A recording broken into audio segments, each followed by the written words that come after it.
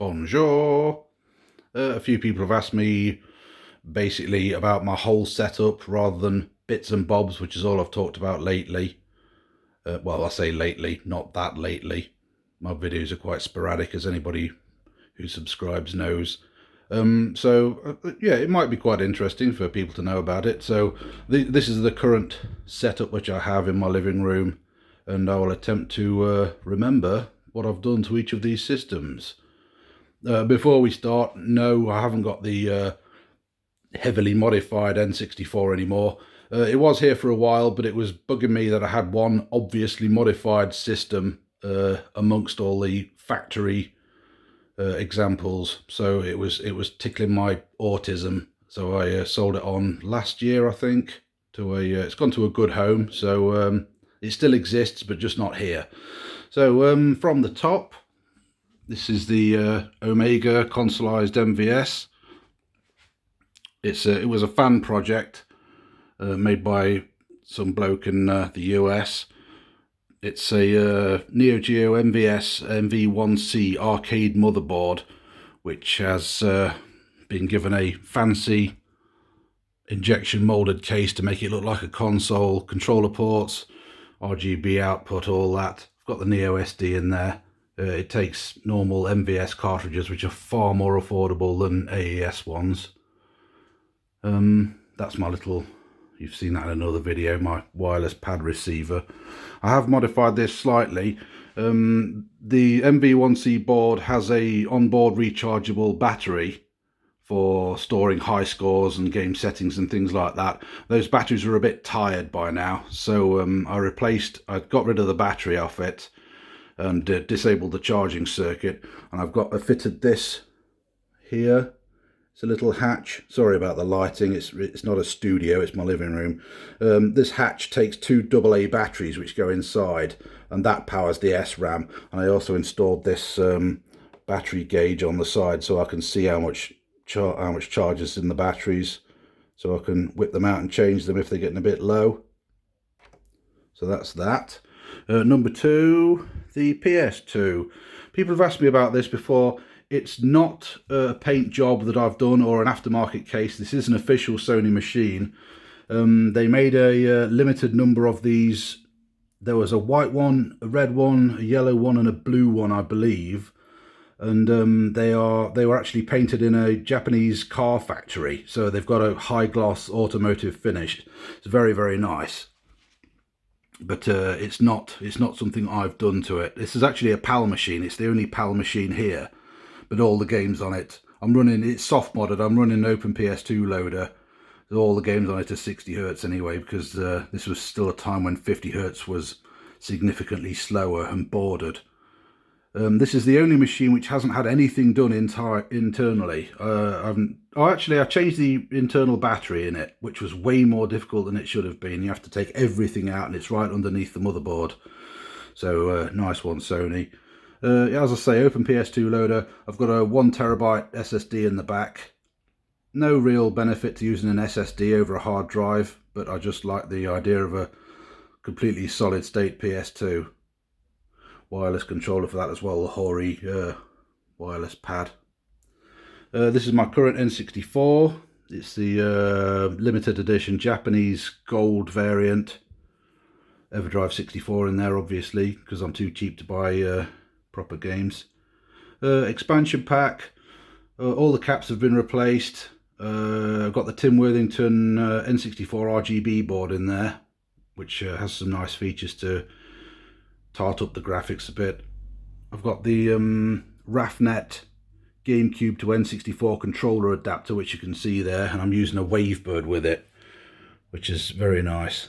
Excellent adapter, allows you to configure the controls in several different ways. So that's my current N64. Most of these machines were bought new within the last few years. This was bought new. Obviously the Omega has a used arcade board in it, but that's unavoidable at this point. Next, Jaguar, everybody's favourite console, Atari Jaguar. Again, bought brand new maybe 2 years ago. I've had Jaguars in the past. This is an NTSC US one. What have I done to it? I've got a 50Hz, 60Hz switch on the back. Replaced all the capacitors as usual.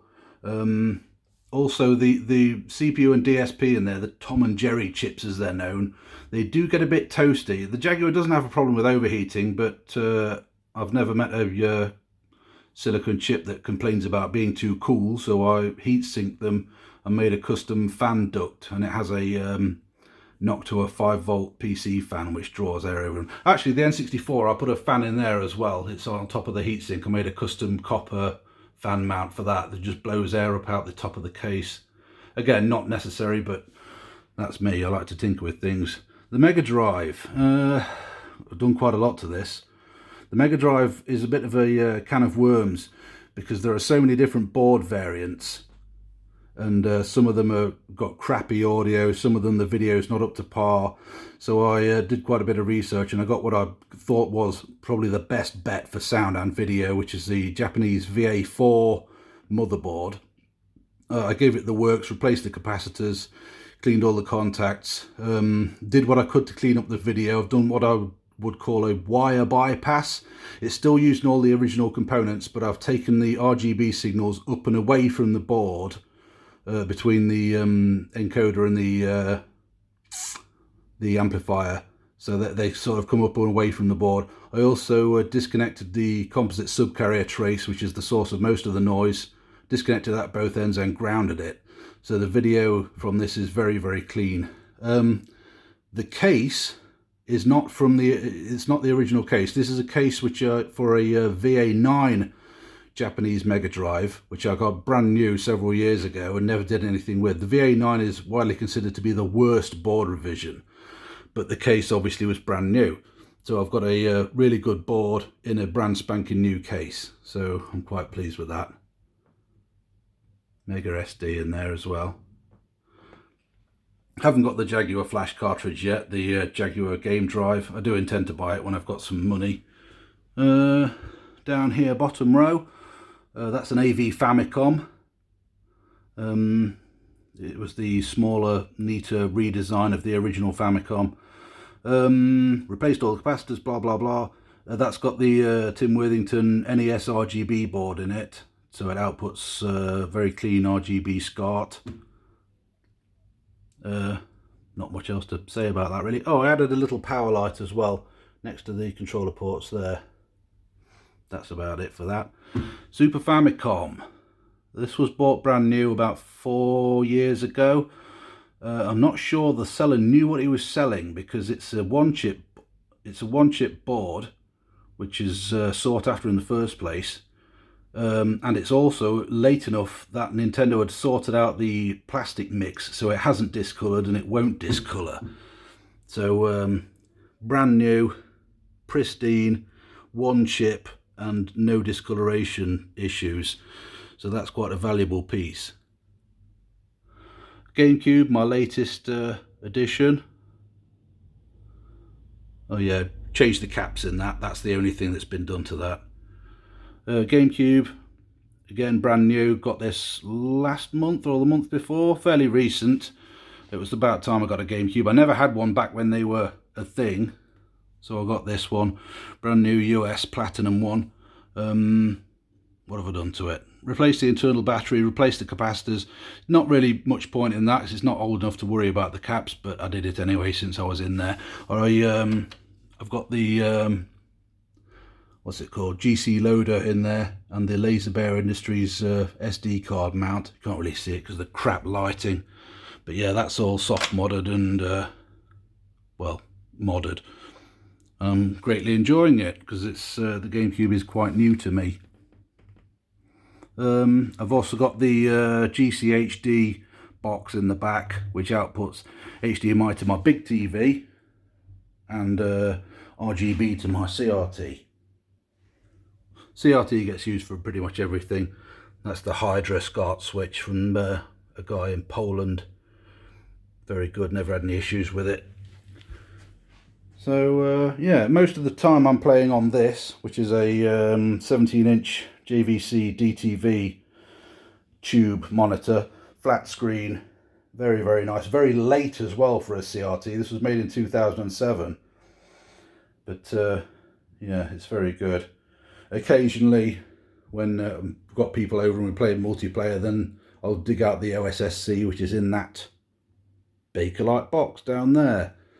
Because obviously crowding around a small monitor isn't great, so the big TV does sometimes get used. Whoa, one thing that was really over the top. One thing I do use it for recently, I've got the GameCube running through HDMI on that, playing Wind Waker, and I have the Wide Boy in the N64, and I run the GBA to GameCube link cable between them, and I have the Tingle tuner on the CRT. So I'm kind of dual screening it up, because both of those machines are controlled with the same controller. I've just got the N64 on channel 2 and the GameCube on channel 1. So that's quite a nice little dual screen setup. This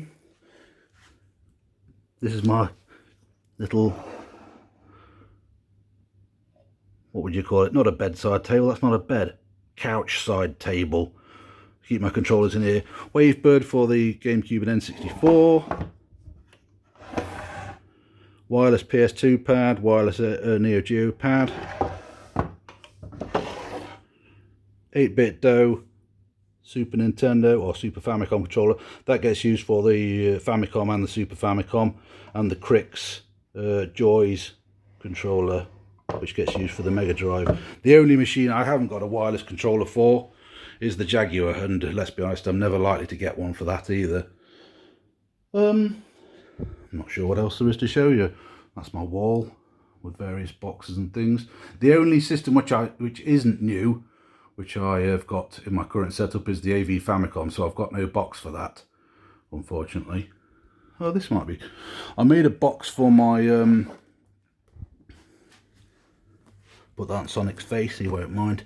I made a box for my Wide Boy, because given the value of it, I didn't want it just kicking around and getting dusty, so I made this box, stuck foam inserts in there, and it's an aftermarket Neo Geo AES game case, so that just keeps that nice and clean.